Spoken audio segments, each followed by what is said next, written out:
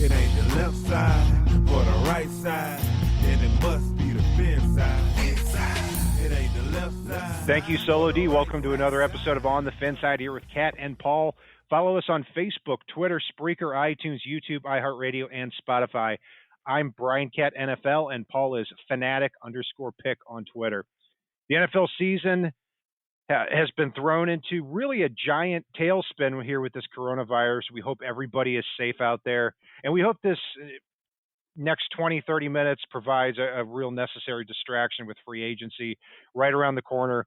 Paul and I are refreshing our top 10 unrestricted free agent list.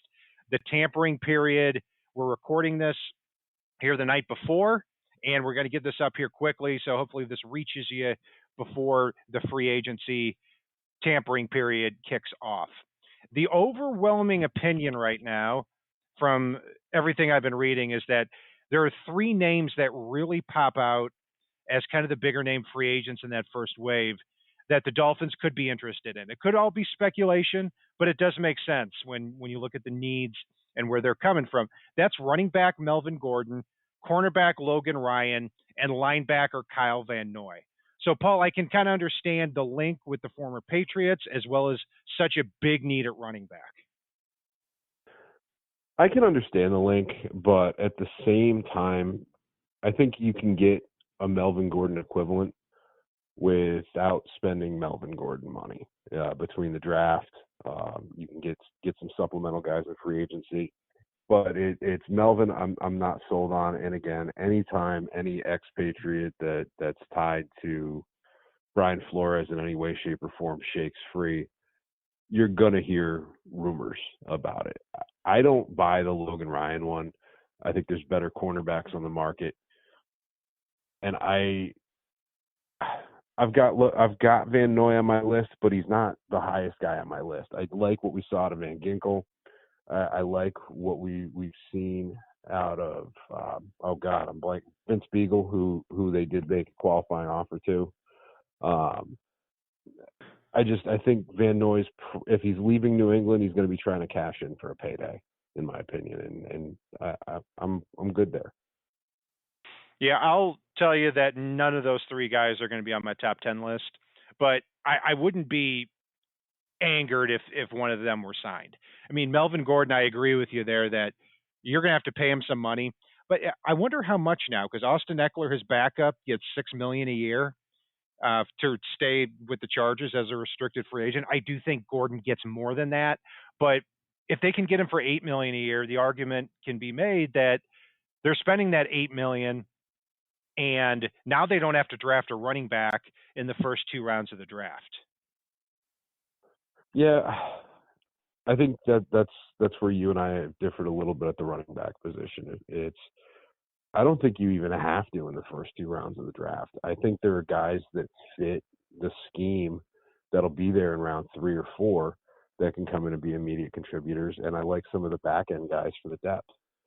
So it's a huge difference there. I mean, and actually I did lie. Kyle Van Noy was 11th on my list, so he actually just missed the cut as far as my top 10 goes. So I did lie there for a second, folks. My apologies.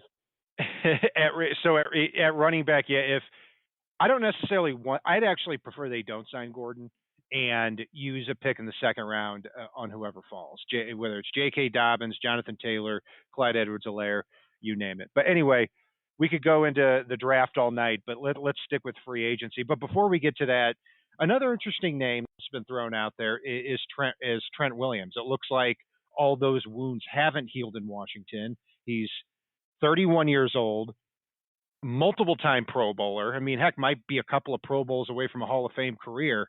And, yeah, I mean, supposedly they're asking for a second-round pick. How do you feel about the whole situation? Would you want him in Miami? I would want him in Miami. I try to talk down their asking price, but at the end of the day, you know how strongly I feel when it comes to the draft that with however many picks Miami ends up with in the first round. Right now they've got 3. They may trade up. They may trade down.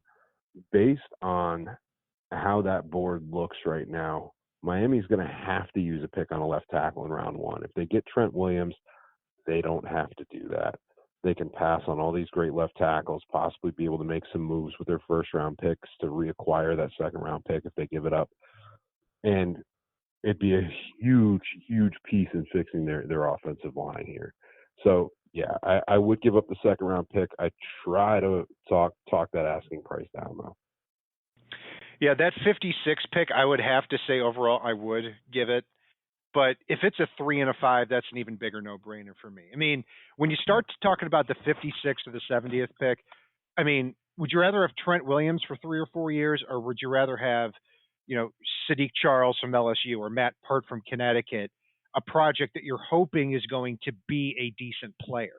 And really, it's kind of a flip of the coin of whether or not they even become a starting caliber player in the league when you look at the odds. So I'm right there with you. I think that'd be a steal. And these are the benefits you can afford when you have 100 million cap space and you have 14 picks in the NFL draft. So Paul, let's take a look at the franchise tag players. And throughout this top 10 list, it's important to note that the guys that have been franchise tagged already and the ones we expect to get franchise tagged, we left off this list out of the top 10. So taking a look at the players here that have already been tagged at the time we're recording, you've got tight end Hunter Henry for the Chargers, guard Brandon Scherf for the Redskins, Yannick Ngakoue, the edge rusher from the Jaguars, Matt Judon from the Ravens, safety Justin Simmons from the Broncos. Those are the 5 that have been tagged. The ones we expect to get tagged before 11 a.m.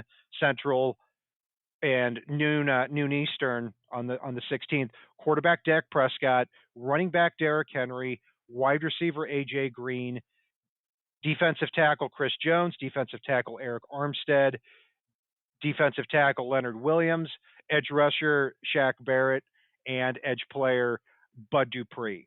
So, Paul, looking at that list, is there anybody that jumps out at you as somebody that you would be willing to trade draft picks for, whether it's a first, second, third round pick, or is there anybody on this list that you think may shake free and may not be tagged tomorrow? I'd flirt with a couple of them if it was a third round pick. I don't like trading high draft picks for existing players, even ones that are in their prime. If a couple of those guys don't get tagged, the one that would immediately catapult back onto my free agent target list would be Derrick Henry. I was very hopeful that the Titans were going to have to burn their franchise tag on Ryan Tannehill and allow Derrick Henry to possibly shake free. Unfortunately, that didn't happen. Tannehill, congratulations on your huge contract today.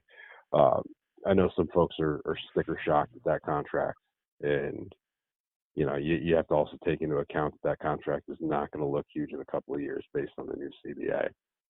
But again, Derrick Henry's the one that would definitely fly up there. Maybe Eric Armstead, just because I think he's a very good fit for the Brian Flores defense. Yeah, congratulations to Tannehill. 4 years, $119 million, $91 million guaranteed. When I was hearing that they were close to a contract, I was thinking 4 years, 110 to 115 million. So I wasn't too far off. So kudos to him. Great fit there in Tennessee. To go back to our point here on the free agents is one guy I trade for without question is Chris Jones for the Chiefs. He was number one on my list. I expected him to get tagged. I would not only be willing to give the 56 pickup, I would be willing to even give up the 39th pick. Not both picks, but I'd be willing to give the 39th pick up for him.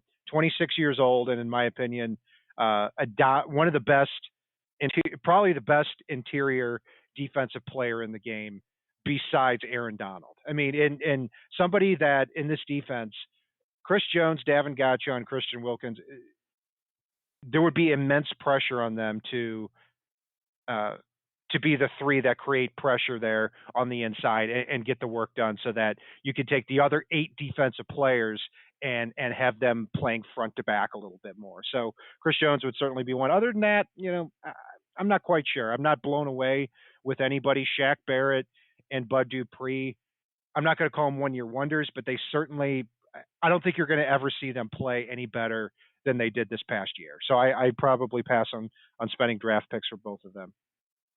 So, Paul, before we get into our top 10 list here, anything else with free agency coming up here that's on your mind? Not really. I'm excited to see what happens. I mean, I'll be glad when Brady signs somewhere, whether it's back in New England, whether it's in Vegas or San Diego, or God damn it, I did it again. L.A. Chargers, L.A. That's going to take forever to get through this thick skull of mine. But I'll be glad when that is over with, because I'm sick and tired of it dominating the sports world, or what there is of a sports world, given this whole coronavirus thing.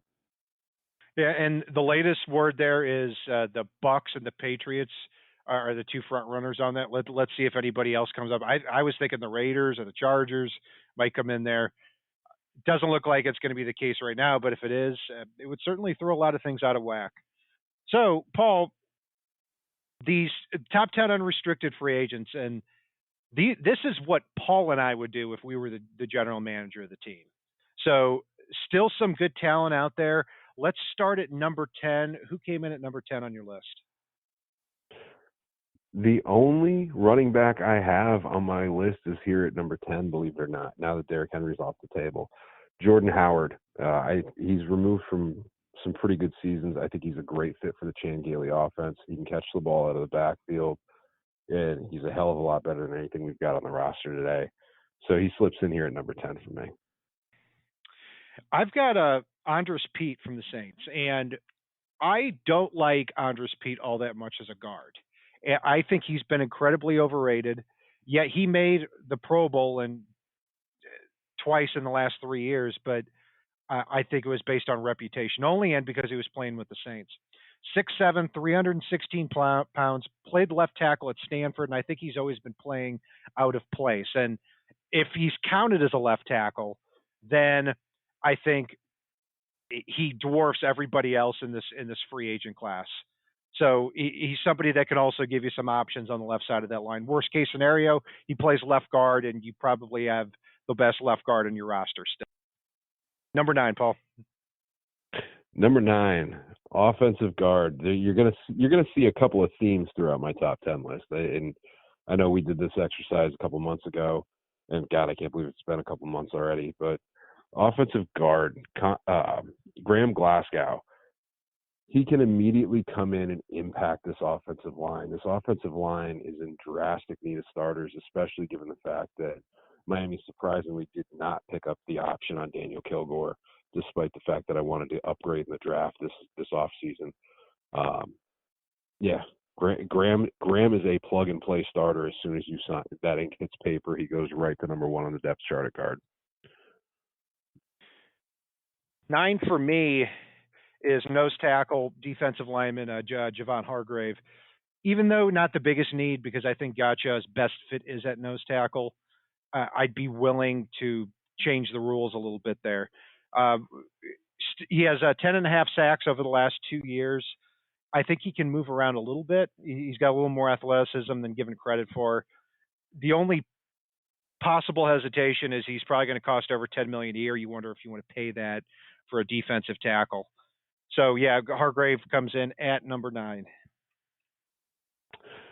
I had to throw center Connor McGovern on my top 10 list. I don't love it. I really want to upgrade in the draft, whether it's Cushenberry or Ruiz. But again, they were a luxury before that was an immediate upgrade. At this point, Miami's roster is pretty barren at center, other than a couple of guys that can kind of do it a little bit, which I don't like that idea walking into the season. So for me, this is a need-based one. Connor McGovern can come in, do the job well. I don't know if they still go center at that point, which is disappointing to me, given the fact that I like some centers in this year's draft, which isn't a phrase that normally leaves my mouth as we walk up to the draft. But yeah, Connor McGovern, I think it can step in and start right next to Graham Glasgow if we're able to sign both. I have a feeling some of these players might end up on my list as well as we continue to count down. 8 on mine is not a need position at all for the Dolphins, but Corey Littleton from the Rams. And on a defense that tends to be positionless at linebacker, where you don't have the true edge rushing type outside linebacker, I think Corey Littleton could make a lot of sense here. He looks like a Brian Flores type of player. He's fast. He's versatile. Made a lot of plays for the Rams over the last couple of years. Just the last 2 years, 260 tackles, 7.5 sacks, 5 interceptions. So a lot of versatility there, and plays his best when moving forward. So, I like Jerome Baker, but I think he might also be a poor reason to pass on a player who has shown as much talent and as much playmaking skills as Corey Littleton over the last 2 years. Yeah, and I'm going to go to another position here that I think there's a big need at, and that's the safety position. Von Bell of the Saints, he's had 80-plus tackles each of the last 4 years. He usually is good for a few sacks. He did only have 1 interception. He's not the biggest ball hawk on the planet. But again, he's a sure tackler that flies all over the field, and that's a Flores guy day in and day out. So for me, I think Vaughn could definitely be a huge fit for the Dolphins secondary as we move forward here. 7 for me is Dante Fowler for the Rams, and I'm not quite sure if he's going to fit into this defense, and because he makes a lot of plays outside of the shoulder pad of the offensive tackle, where it seems like the Dolphins want to create their pressure from the inside out. I mean, they targeted Trey Flowers and Jadeveon Clowney the last offseason. And so, but when you look at him, I mean, player that's just 25 years old, former 3rd overall pick, and he's really started to come on here over the last year and a half of his career. So it looks like the light is starting to click on. 11.5 sacks last year for the Rams, and they don't have the money to re-sign a player like Fowler. And the Dolphins were last in the league in sacks last year, so they've got to get that pass rush from somewhere. They do, and that's part of where I looked at Jerron Reed. He's had a few issues, but again, when he's been out there on the field, especially when he's up in Seattle, he definitely showed the ability to do all of the things, whether it was defending the run, rushing the passer, and Flores tends to look for those more complete defensive linemen that may not be that specialist pass rusher, but can get to the quarterback and can play the run. And Jerron Reed is just a fit for this Dolphins team. And I don't know, it's something that Miami's going to need, especially if somebody manages to steal Beagle away for a 4th rounder. I love the pick of Jerron Reed for the Seahawks back a couple years ago. He fell to the 40s. I wanted the Dolphins to take a look at him in the 1st round of that year. I can't remember which year it was, but he was somebody I liked a lot. 5 and 6 for me, because you've touched on him already. Number 6 is Connor McGovern from the Broncos. Center guard versatility. He's more of a nimble type of center, and I like that he can, if he's not great at center, or if the Dolphins say let's say they sign Connor McGovern and they get to the draft and they draft Lloyd Cushenberry, or they draft Cesar Ruiz at the end of the 1st round or early in the 2nd round, you could still have that flexibility to push a player like McGovern out to the guard spot. Same goes with Graham Glasgow, and he's got great size at 6'6", 311. Technically sound player too, and moves a lot better than you would think he would for a guy that's that big. So 28 years old, that's my one hang up with him, but I also think you could sign him for a 4 or 5 year contract and you're going to get the most out of him, because he's not somebody that makes his game on speed or power. He's just an overall big, effective player. And those guys tend to stick around pretty well into their 30s. Yeah, so for me it's 6, and actually I'm gonna buckle my 5 and 6 together as well, because I double dipped at the safety position. Again, this list is not, we expect Miami to sign all of these, so some of the guys earlier were fallback options. But Jimmy Ward from the 49ers, he's a guy that can be a Swiss Army knife in the secondary, and we all know how much Brian Flores values scheme versatility. And Jimmy Ward has that in spades. He can play slot corner. He can play free safety. He can play strong safety. He can kick outside if you really need him to, even though that's not his strongest suit. But he really settled in a little bit at the safety spot this past year and started to excel. I know PFF had him graded pretty high, regardless of the fact he again, wasn't a true ball hawk. But then at 5, Anthony Harris of the Vikings. He's hitting the market. He wants to be back with Minnesota. Who knows if that happens? He's coming off 6 interceptions and a touchdown last year. The guy just flies all over the field and finds the ball. And Miami does need to add a little of that in their secondary. And you combine that with Xavier Howard coming back, that's a secondary I can start smiling at again. A lot of depth out there in free safety and agent group. 4 for me is DJ Rader from the Texans, 26 years old. He has for somebody who's 6'3", 345 pounds, moves very well for his size. Also, there's a connection with Dolphins defensive line coach Marion Hobby. So somebody that allows the Dolphins to go into the draft saying we've got our 3 guys up front and we don't have to spend a lot of resources. Yes, they still need an edge rusher, but if you're talking about somebody that's going to be in that $10 to $12 million a year range, DJ Rader may be that guy the Dolphins are interested in. Yeah, and I got my numbers a little bit mixed up there. That was 4 and 5 for Anthony Harris and Jimmy Ward. At number 3, the Connecticut boy, Byron Jones. Steal him away from the Cowboys, who are just going to be in cap hell, especially if Dak gets everything he's asking for, and they re-sign Amari Cooper potentially. Byron Jones is, by all accounts, hitting the open market, and you could immediately slide him into that secondary corner opposite Xavier Howard. You have Nick Needham now for depth, and really, really have a pair of shutdown corners on the outside, because I think Byron's going to really excel with players throwing at him with Xavier out on the field. Yeah, I have a feeling our top 3 are going to look very, very similar here, because there's a clear distinction in the top 3 free agents. 3 for me is Joe Thuney from the Patriots. He fits that zone blocking scheme perfectly that Chan Gailey's expected to run. Incredibly durable at the left guard spot. He's the only player in NFL history to be in the Super Bowl 3 times in his first 3 seasons. Not saying specifically because of him, but he's certainly a heck of a left guard. Also, over the last 3 years, he was ranked in the top 18 by Pro Football Focus. So he's somebody that's been remarkably consistent, not only as a pro, but going back to his NC State days too. He would be about $15 million a year at the guard spot, and supposedly the New York Jets are very much after him. I think it would be a big mistake if the Dolphins don't try to land Joe Thuney. Number 2, I'll just throw it out there here, Paul. I've got Byron Jones, echoing a lot of things you said there. I think he fits well. He played a lot of either cover 1 or cover 3 in Dallas, and the Dolphins play that cover 1 man-to-man with the safety over the top a lot. So I think he fits the scheme really, really well.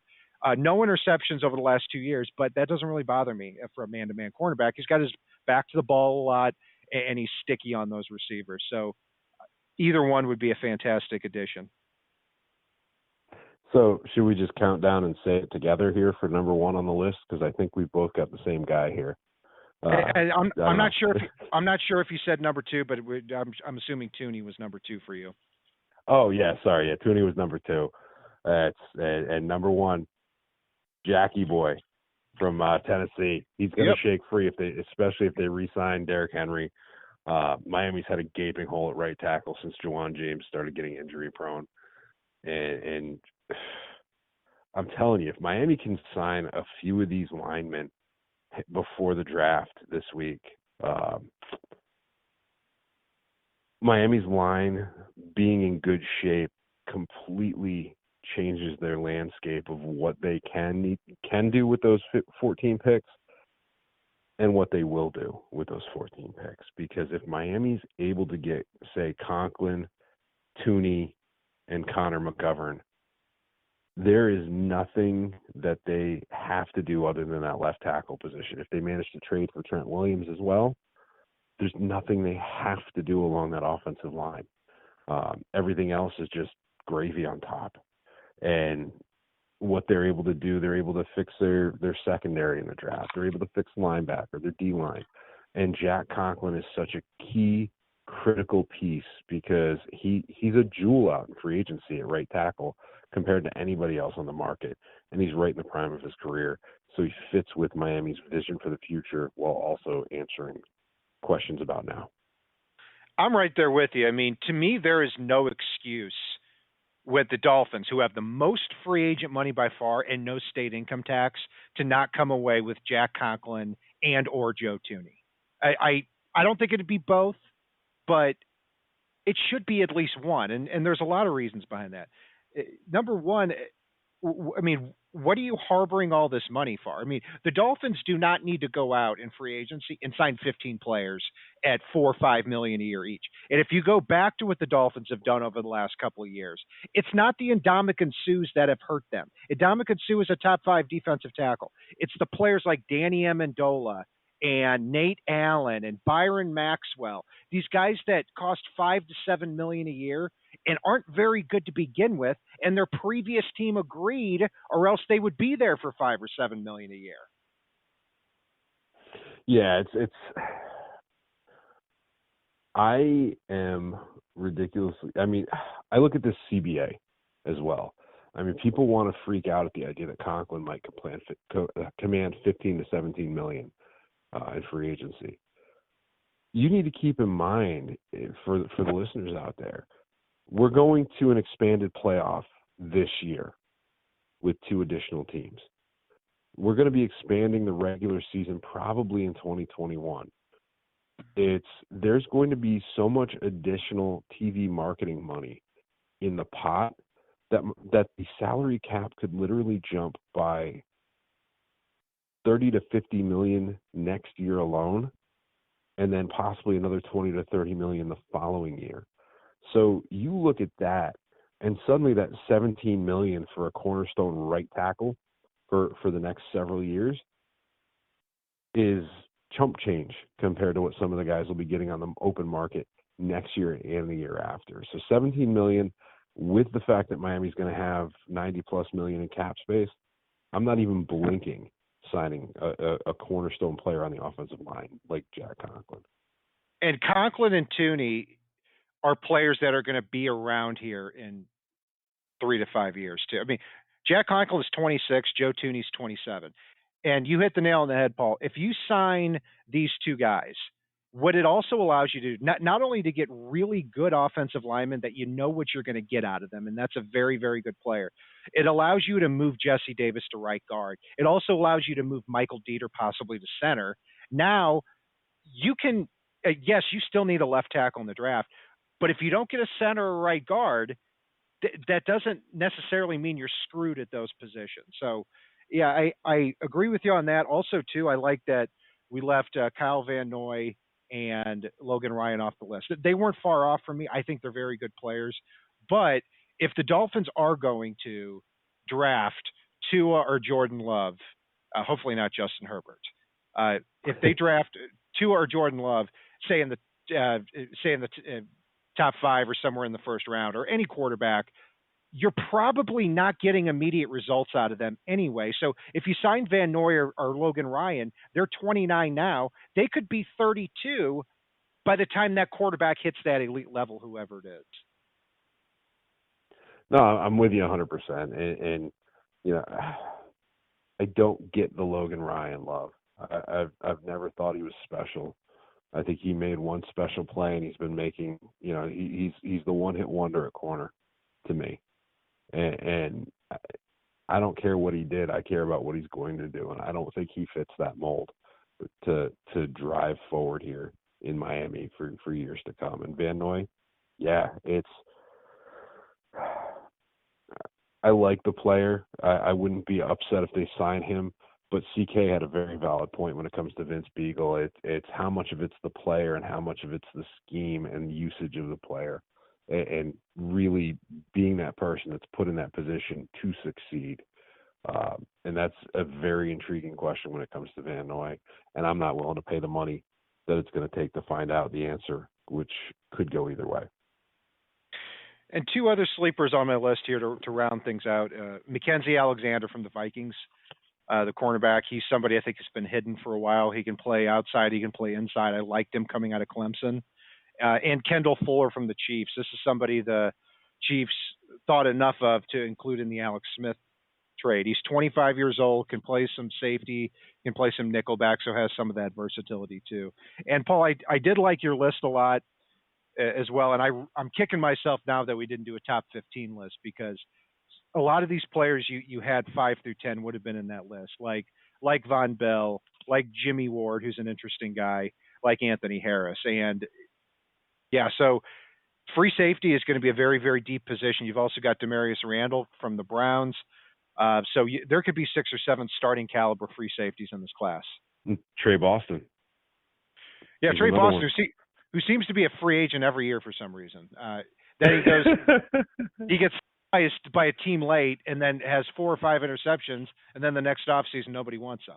Like he doesn't have a lot of speed. I get that. Yeah, it is. I mean, I understand he's not the fastest guy, but he certainly makes plays back there in the secondary. He's a sure tackler. Well, one interesting note, just speaking of sure tacklers, the 2 that I had there, Anthony Harris and Jimmy Ward combined only missed 7 tackles last year, according to Pro Football Focus. Wow. That's combined. And then I did like that you had Corey Littleton on yours. If we had done a top 15, he would have been on mine. Another kind of similar player to Littleton is Blake Martinez that I had on my list if we'd gone to 15. And I did have DJ Reader. He's such a force at nose, but also being able to rush the passer from there with his massive frame. It's hard to pass up, except when you look at the price tag it's going to cost. That's the only reason why he slid as far as he did down my list. 2 guys that I did not include that some of our listeners might be surprised by. One is cornerback James Bradbury from the Panthers, 26 years old, more of a zone cornerback kind of guy. I think there's going to be a tremendous bidding war over him from those zone cornerback teams. For the money, I don't think it's going to be cost effective for the Dolphins. I expect him to get $15 million a year. I definitely don't think it's worth it, and I don't think he's a great fit. Also, it'll be interesting to see if the Dolphins sniff Jadeveon Clowney again. I don't think they will, but this is somebody who wants. I mean, I'm sorry. I know he's probably the best run defending edge guy in the game, but he had 3 sacks last year. I mean, there's got to be a little bit more than that from that edge rusher position. So based on talent, I certainly would have had him in the top 10 or 15, but I'm not paying that money for either player I mentioned. No, it's, before we sign off here, I know I'm a little more in the feels on this one than you probably are, but I do just want to say, despite the fact that there have been some issues the past couple of years, I'm very sad to see Rashad Jones go, even though I understand it and think it was the right move. Mr. Jones is going to be missed. It's the longest tenured Dolphin, believe it or not, which is the first time we could say that about somebody other than John Denny in so many off seasons. But yeah, congrats. Best of luck, Rashad. I hope you catch on somewhere and do well. Hope it's not the Patriots, but again, best of luck and thanks for everything you did during your time here. I certainly echo that. I had some words last year when there was that incident in the Jets game, but that certainly is overshadowed by what he brought here for 10 years. Had some injury problems, but when he was on the field, he was fantastic. And I think somebody for a year or two is going to get a real big steal with Rashad Jones, somebody who needs that downhill attacking type of strong safety. So best of luck to Rashad Jones. And that will do it for our breakdown of our top 10 free agents expected to hit the market here.